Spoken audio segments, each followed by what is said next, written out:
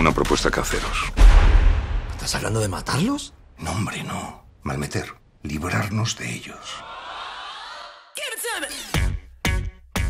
Empezamos por el perro flauta. ¿Y cómo os conocisteis? En un juicio. Ah, también eres abogado. El juez del Tribunal Supremo, ¿verdad? Iba de acusado.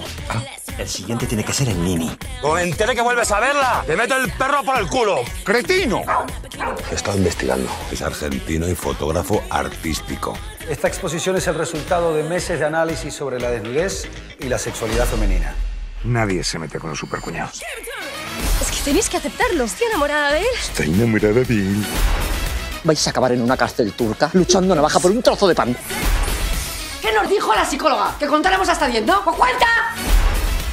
Estas ratas se han instalado en nuestras casas como una plaga. Hay que exterminarlas.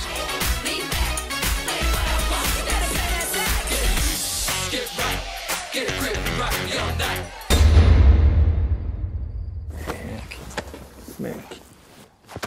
Gracias, familia. No, quítate ya. ¡Deja el sobeteo, coño! Ya está, venga.